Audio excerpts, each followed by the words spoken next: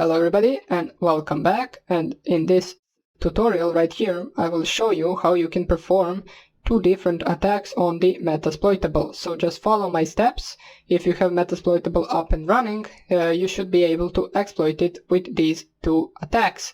So the first one that we will do is attack on Samba. Now I believe that it has the same vulnerability as on the OWASP virtual machine, but I could be wrong, so let me just first of all zoom this in. I will zoom in it twice, and what I will do is I will run my Metasploit framework console.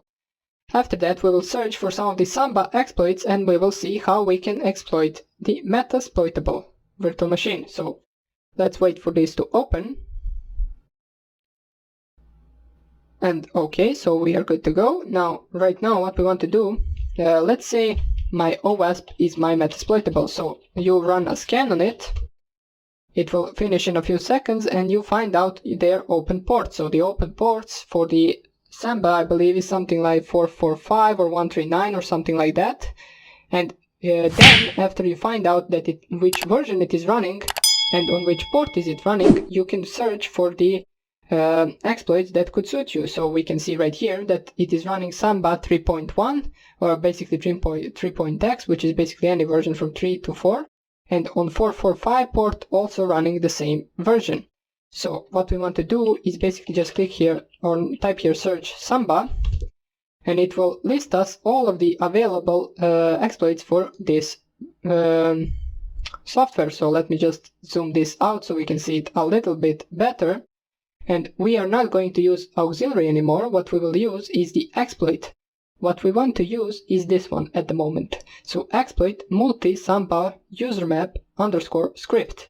It came out in 2007. Its rating as excellent, and it says right here Samba username max screen command execution. So for example, you could also check out some of the other ones, but let's say the upper one is only working for the versions from 2.2.2 to 2.2.6, so it wouldn't work for our own version. So let's use this one, and I repeat that you need to have the Metasploitable open for this to work.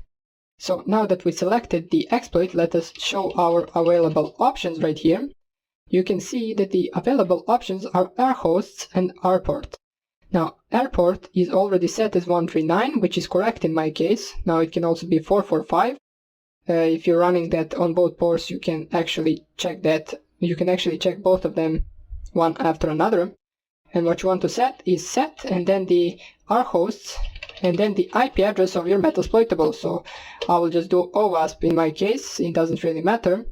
After that, what you want to do is actually select the payload that you will use in order to exploit this machine. Now the payload, you can check out your available payloads which show payload option that we covered in the previous videos.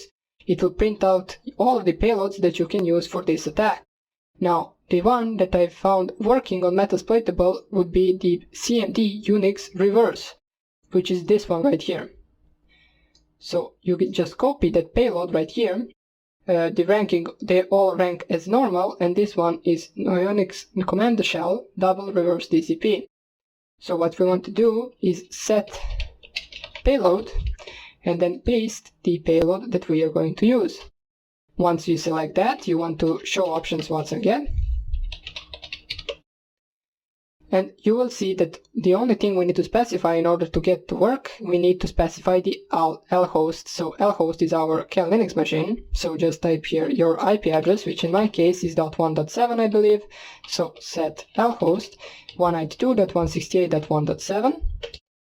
And all you have to do after this is basically just type run. This will run on your Metasploitable and it should give you a reverse shell in return. Now since I'm scanning on the OWASP, this will not work for me, as it says right here, exploit completed but no session was created, which I pretty much think it means that this virtual machine, which is the OWASP, isn't vulnerable to this attack. But this one should work on your Metasploitable. What you will get is basically it won't prompt you anything, but it will basically look like it came out, but once you type ls, it will list all of the files on the Metasploitable that are located in that directory. So that is one of the attacks that you want to use against the Metasploitable. The other attack is on the FTP port, which is port 21. It is very simple to exploit. You just need to set the rhost and just click exploit.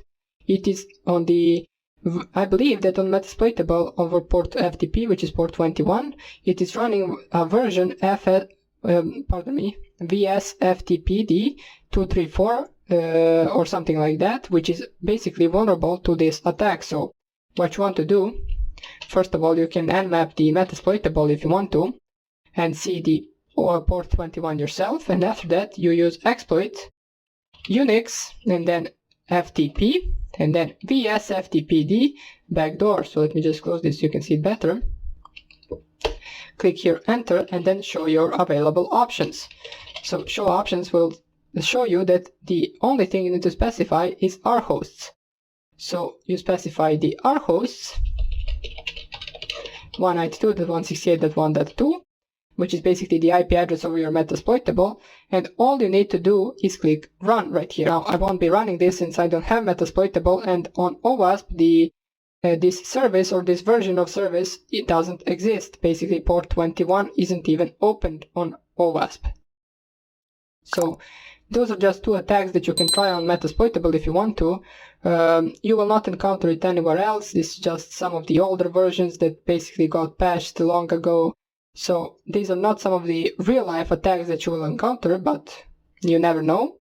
In the next videos, we will try exploiting the Windows machines. So that will be some of the real-life attacks that you can actually perform with payload, with the Meterpreter shell opened. So we will do that in the next tutorial, and I hope I see you there. Bye!